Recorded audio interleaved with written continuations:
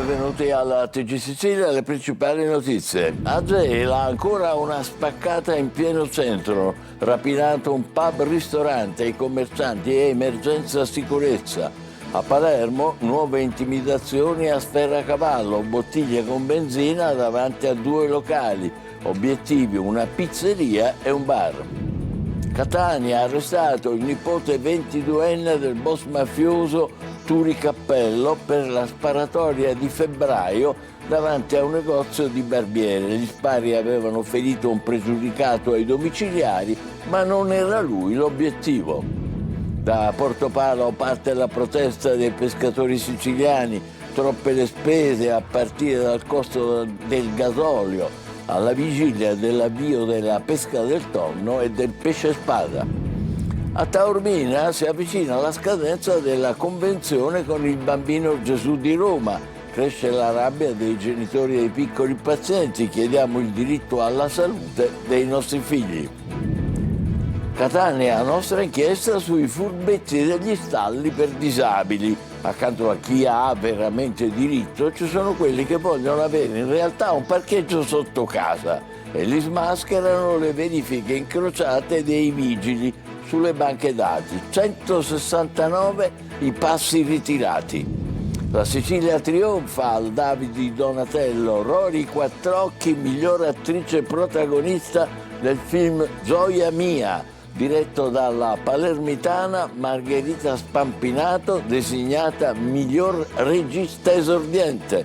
David anche allo scenografo di Acireale, Andrea Castorina.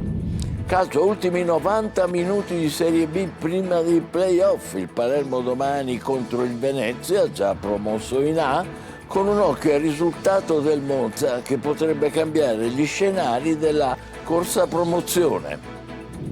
Serie C, test in amichevole per il Catania, in ritiro a Veronello. Oggi alle 17 rossazzurri in campo contro l'Inter Under 23.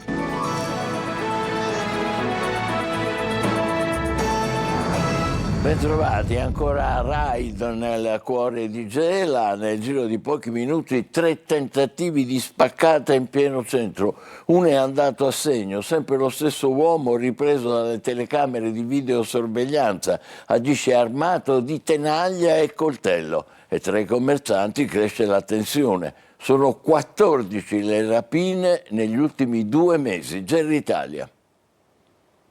Immagini di videosorveglianza, vetri infranti, sangue lasciato sulle maniglie e sui frammenti delle vetrate. E ancora una notte di paura nel centro storico di Gela, dove i commercianti ormai parlano apertamente di emergenza sicurezza. Il protagonista dell'ennesima spaccata sarebbe lo stesso soggetto, volto coperto da un berrettino da baseball, una tenaglia in mano e un coltello. Il raid comincia con un primo tentativo di intrusione dal retro di un pub-ristorante del centro storico, il Bite. L'uomo prova a forzare il magazzino, ma non riesce ad entrare. Pochi minuti dopo si sposta verso una pizzeria distante appena qualche decina di metri. Le telecamere lo riprendono mentre colpisce violentemente la vetrata d'ingresso nel tentativo di sfondarla. Durante l'azione si ferisce, perde sangue sulla maniglia e sul vetro. L'arrivo di alcune auto lo costringe a fuggire. Ma il raid non finisce lì. Dopo pochi minuti il malvivente ritorna al Bite. Questa volta riesce a sfondare il vetro principale. Entra nel locale e porta via il cassetto della cassa con poche centinaia di euro. Poi sparisce nei vicoli vicini. Il registratore di cassa viene ritrovato poco dopo dai carabinieri in un cortile della zona. Anche qui ci sono tracce ematiche che potrebbero aiutare gli investigatori a identificare il responsabile. Per i commercianti è ormai una situazione insostenibile. Questo sarebbe il 14° episodio in poco più di 2 mesi, il quinto nelle ultime 72 ore. Praticamente la notte possono fare quello che vogliono. Non è un segnale bello, nel senso, servirebbe una risposta seria dell'istituzione, da noi, da commercianti, organizziamo, facciamo qualcosa di serio perché stiamo creando un allarme sociale, stiamo ripiambando in periodi bui. Gela la vogliamo fare crescere, questi messaggi non aiutano. I carabinieri stanno analizzando le immagini delle telecamere e le tracce di sangue lasciate dal responsabile durante i raid, ma nel centro storico, dopo l'ennesima spaccata, la paura ormai lascia spazio all'esasperazione. Da Gela a Palermo, tensione tra Sferracavallo e Tommaso Natale, dove la continua recrudescenza della nuova mafia non trova fermi. Bottiglie piene di liquido infiammabile nella notte sono state piazzate davanti a 3 esercizi commerciali, una chiara intimidazione che prelude alla richiesta di pizzo. Maglio viola. Non più colpi di mitra, ma intimidazioni ben chiare lo stesso, anzi forse ancor più chiare e facilmente ricollegabili ad un'imminente richiesta di pizzo. Cresce la paura a Sferacavallo, nella notte una nuova ondata di avvertimenti in classico stile mafioso sono stati portati a termine ai danni di 2 esercizi commerciali molto noti e molto centrali proprio a Sferacavallo e di un terzo esercizio nella vicina Tommaso Natale. Si tratta della pizzeria Sunset e del bar pasticceria Sweet Life. Quest'ultimo sorge proprio di fronte alla chiesa del quartiere, in piena area di passaggio. Poco distante altra intimidazione alla pizzeria Ulisse di Tommaso Natale. Davanti all'ingresso delle attività questa mattina i titolari hanno trovato bottiglie piene di liquido infiammabile. A denunciare il ritrovamento sono stati gli stessi titolari estremamente allarmati da questa escalation. Il primo ritrovamento è avvenuto alle 4 del mattino, è stato il pasticcere del bar a trovare le bottiglie quando stava aprendo il laboratorio. Nessun messaggio accompagnava il ritrovamento della bottiglia, ma l'allarme è cresciuto nell'intera borgata più tardi, quando i titolari della pizzeria Sunset hanno trovato a loro volta la bottiglia davanti all'ingresso ed è esploso in tarda mattina con il terzo episodio.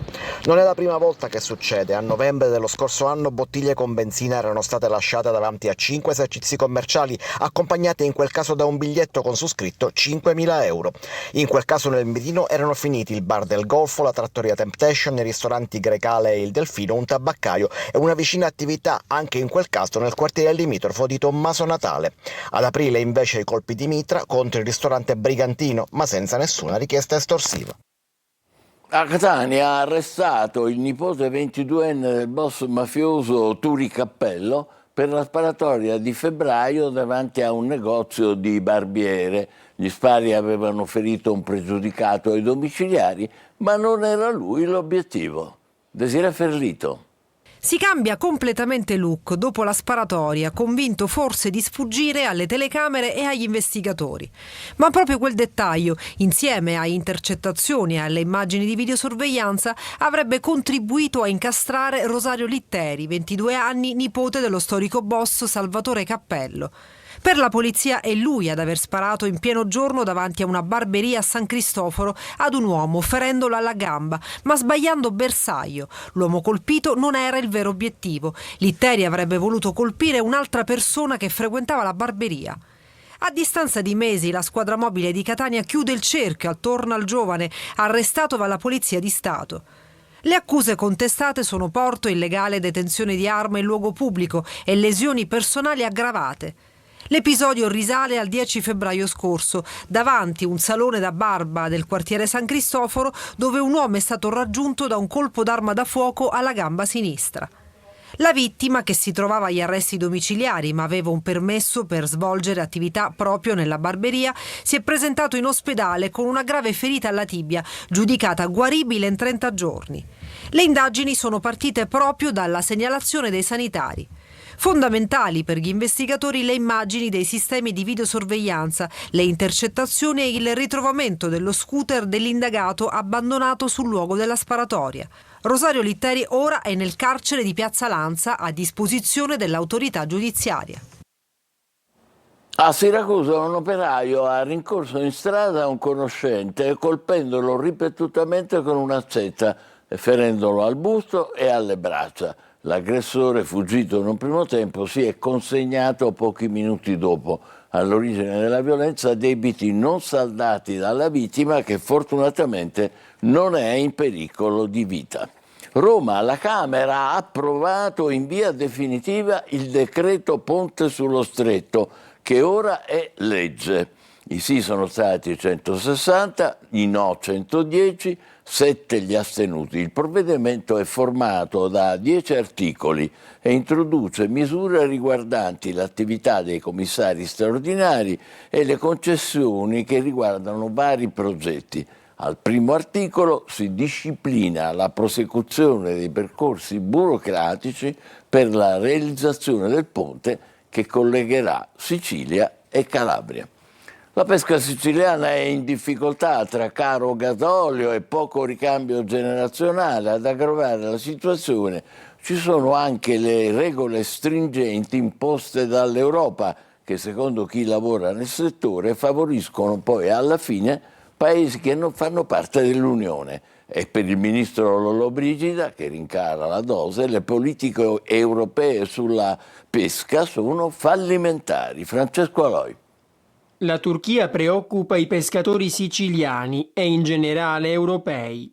Lì i pescherecci si stanno mangiando il Mediterraneo, dice chi lavora nel settore, perché non ci sono limitazioni, come invece accade dalle nostre parti. Abbiamo visto che il pescato è diminuito qua dalla nostra zona, perché si sono messe 10 barche, 15 barche di queste due turche nelle nostre zone e noi ci hanno fatto pescare di meno, non abbiamo preso mai i pesci che prendevamo negli anni scorsi. Sostenibilità non può essere sinonimo di sacrifici, che spesso costringono i pescatori a rinunciare alla battuta, restando fermi.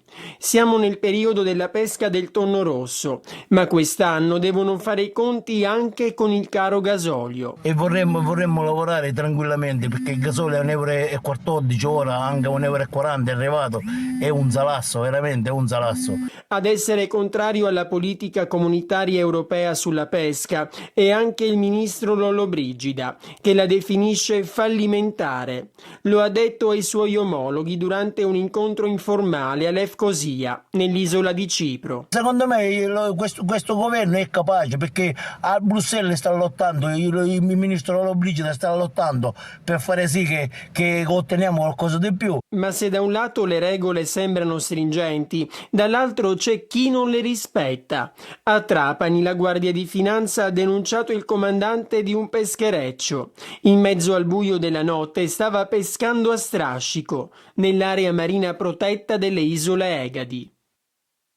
Taormina si avvicina alla scadenza della convenzione con il Bambino Gesù di Roma, presente da 16 anni nel centro di cardiochirurgia pediatrica, e cresce la rabbia dei genitori dei piccoli pazienti che chiedono il diritto alla salute dei propri figli. Giusy Lazzara. 30 giugno 2026 si avvicina la scadenza che ha legato per 16 anni il Bambino Gesù di Roma al centro di cardiochirurgia pediatrica del Mediterraneo di Taormina. Si interrompe la collaborazione con l'ASP di Messina e sale l'incertezza sul futuro del centro d'eccellenza, che in questi anni ha salvato tanti piccoli pazienti cardiopatici. La Regione, tra scandali giudiziari e ritardi, non ha ancora approvato il piano della rete ospedaliera che prevedeva l'aggregazione del reparto con il Policlinico di Catania. Il tempo scorre e la direzione del Bambino Gesù ha inviato una lettera all'ASP di Messina, all'assessorato regionale alla salute, per ribadire che non chiederà il rinnovo della convenzione, limitandosi a garantire una fase di transizione di 3 mesi. Dal canto suo la Regione, con Schifani in testa, dice di voler assicurare continuità assistenziale, tutela dei livelli di cura e mantenimento degli elevati standard sanitari raggiunti nel tempo, anche attraverso il confronto con tutte le istituzioni coinvolte. Nel frattempo aleggia sempre l'affrancamento chiesto dalla Regione, che non è solo un atto burocratico, ma di fatto svuota il centro delle sue competenze principali. Non si arrendono i genitori, che tornano a protestare. Chiediamo alla Regione delle risposte chiare e certe per tutelare il diritto alla salute e il diritto alle cure dei nostri figli. La perdita del Bambino Gesù è una perdita purtroppo importantissima. Il futuro dei piccoli pazienti resta appeso a una trattativa politica che ancora una volta peserà ancora sulla salute dei più piccoli. Catania, nostra inchiesta sui furbetti degli stalli per disabili. Accanto a quelli che ne hanno veramente diritto, ci sono quelli che vogliono avere in realtà un parcheggio sotto casa, e sono 169 i passi irregolari sequestrati. Lorena Dolci.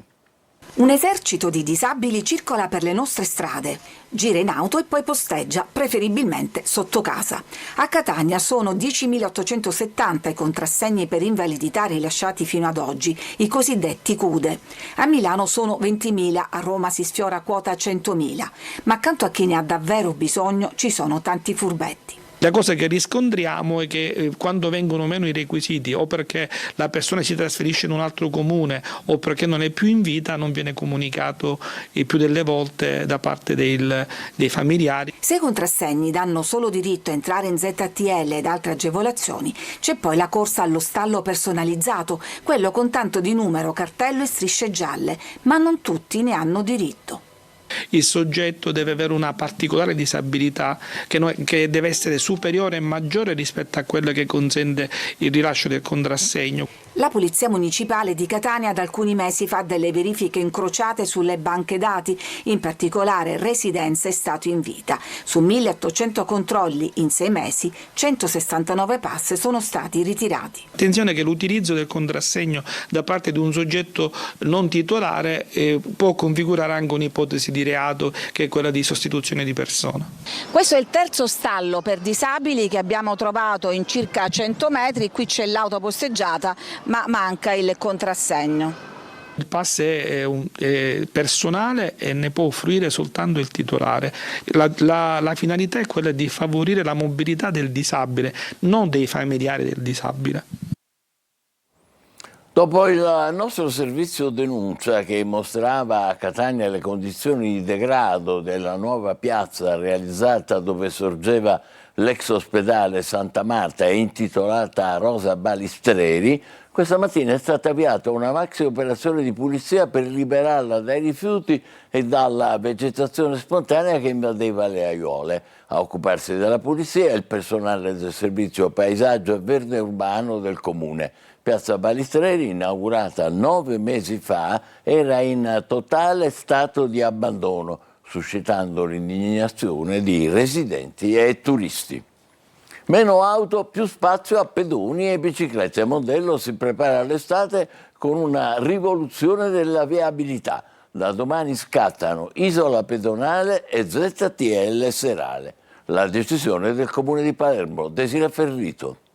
Mondello si prepara all'estate con una rivoluzione della viabilità. Stop alle auto sul lungomare nelle ore serali, più spazio a pedoni e ciclisti e una max isola pedonale che scatterà già da domani. Il Comune di Palermo prova così a ridurre traffico e caos nella borgata marinara più amata dai turisti e dai palermitani, con l'obiettivo di alleggerire il traffico, rendere più sicuro il lungomare per i pedoni e restituire spazio a chi vive Mondello. L'ordinanza del Comune arriva in una stagione non proprio ordinaria. Sullo sfondo resta il contenzioso legato alla concessione della spiaggia alla società italo-belga, in attesa della decisione fissata tra una settimana, quando i giudici amministrativi dovranno nuovamente esprimersi sulla battaglia giudiziaria. Intanto il Comune si muove con un piano da circa 300.000 euro per decoro, servizi e sicurezza della spiaggia, con ulteriori interventi su pulizia, segnaletica, accessibilità, controlli e presidi sanitari. Al centro dell'intervento la pedonalizzazione di ampi tratti di Viale Regina Elena, con accessi consentiti solo ai mezzi autorizzati. Prevista inoltre una nuova ZTL Serale che interesserà un'area ancora più ampia della borgata, comprendendo Piazza Mondello e diverse strade limitrofe. La zona a traffico limitato sarà attiva ogni sera dalle 20 a mezzanotte, con estensione fino all'1 nei giorni prefestivi. L'anticipo della pedonalizzazione di Viale Regina Elena, spiegano il sindaco Lagalle e l'assessore alla mobilità Carta, è un'importante decisione politica e tecnica che punta a valorizzare la vocazione marinara di Mondello e a rendere più ordinata la fruizione di un luogo definito insieme bello e delicato. Cinema, ai David di Donatello trionfa la Sicilia. Tra i premiati con la statuetta 3 siciliani: l'attrice palermitana Aurora Quattrocchi, la regista Margherita Spampinato, lo scenografo di Acireale Andrea Castorina. Servizio di Giusy Lazzara. La Sicilia protagonista ai David di Donatello, 3 i premiati con la statuetta che celebra il cinema italiano. La miglior attrice protagonista della 71esima edizione è la palermitana Aurora Rori Quattrocchi, 83 anni, per il film Gioia mia. Intensa la sua interpretazione dell'anziana Gela, zia siciliana del piccolo Nico. Sul palco Rori Quattrocchi ha lanciato un messaggio d'amore per il cinema e per le sale cinematografiche. Poi per Palermo ha ricordato Quattrocchi: questo premio non è soltanto un riconoscimento personale, è il tributo a una scuola teatrale irripetibile fatta di artisti popolari e raffinati, di quartieri, dialetto e poesia. La pellicola Gioia mia porta a casa anche il riconoscimento per il miglior esordio alla regia con Margherita Spampinato, nata a Palermo e cresciuta a Roma.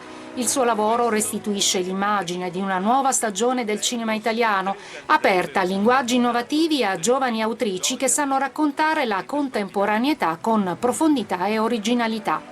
Il film ha ricevuto anche una candidatura alla miglior sceneggiatura originale. A salire sul palco lo scenografo di Acireale Andrea Castorina per il film Le città di pianura. Castorina ha detto: il ruolo del cinema deve essere quello di testimone, ma anche di denuncia sulle ingiustizie.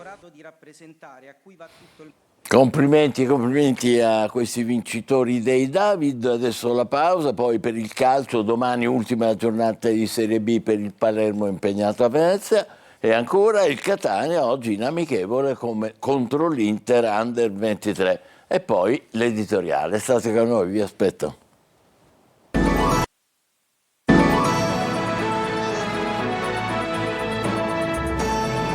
Calcio, vigilia di campionato per il Palermo che domani al Penzo contro il Venezia, già promosso in Serie A, proverà a chiudere al meglio la regular season in attesa dei play-off. Marco Gullà.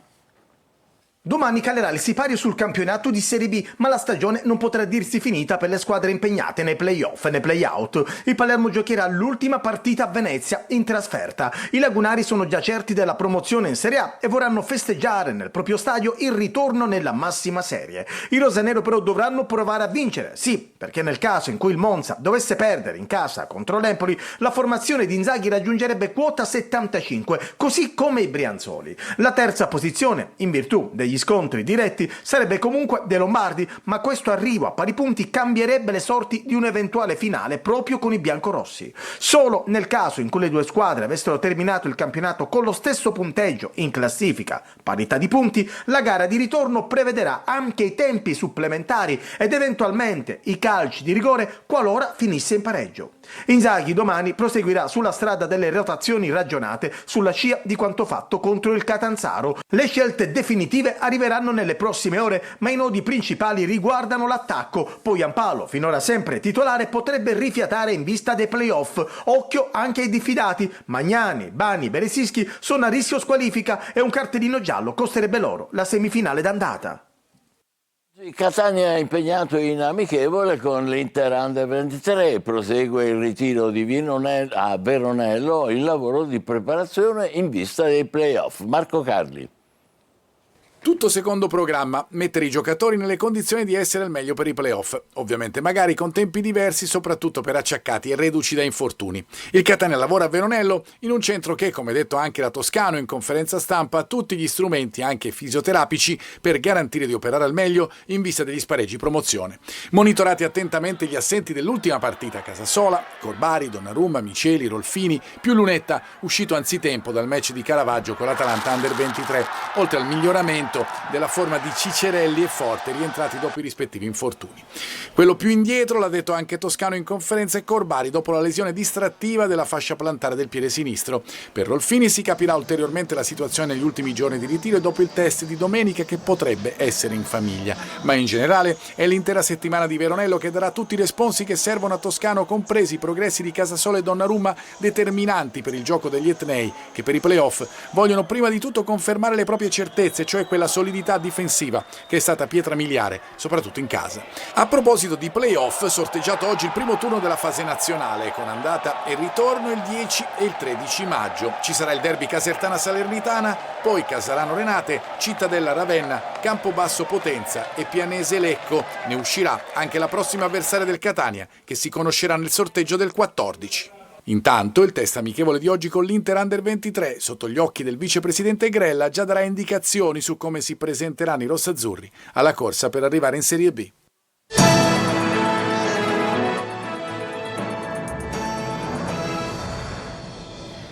Non sono necessari grandi discorsi per sottolineare che quel che sta capitando a Gela è francamente insopportabile. Anche stamattina abbiamo raccontato dell'ultima spaccata, che poi è una vera e propria rapina, in questo caso a un pub-ristorante, poi ce n'è stata un'altra bancata, sempre con la mazza che manda in frantumi le vetrate esterne e il denaro della cassa portato via. Anche poco, non importa, ma quello che dà fastidio è proprio la rapina. Le telecamere ci sono, ma a quanto pare non servono a nulla. quando non vengono messe fuori uso dagli stessi rapinatori. Poi la notte scorsa un bandito solitario si è pure ferito mentre tentava il colpo, ma questo è un altro discorso. Quello che è certo è che siamo alla 14ª spaccata in 2 mesi, sempre in pieno centro a Gela, 5 soltanto nelle ultime 72 ore, trattorie, bar, locali, non c'è più tranquillità né sicurezza per gli esercenti di una città che non è esattamente una metropoli, ma ha 70.000 abitanti. Tutto questo senza considerare gli spari di cui abbiamo parlato ieri per tentato omicidio, per cui c'è stato un arresto qualche giorno fa. Noi abbiamo grandissimo rispetto per gli investigatori di Gela che sono impegnati tra l'altro nelle complesse indagini per le frane di Niscemi. Però una domanda ci permettiamo di farla. È possibile che non si possa avere una sorveglianza ininterrotta nelle strade centrali del paese dove si compiono le spaccate? Una macchina, facciamo 2 delle forze di polizia con i turni H24. Ce lo chiediamo noi, ma soprattutto se lo chiedono i gestori dei locali di Gela, che ormai la notte ripetono fra sé e sé, stavolta toccherà a me? E intanto non hanno notizia nemmeno di un fermo o di un arresto. Ci fermiamo qui, buon pomeriggio.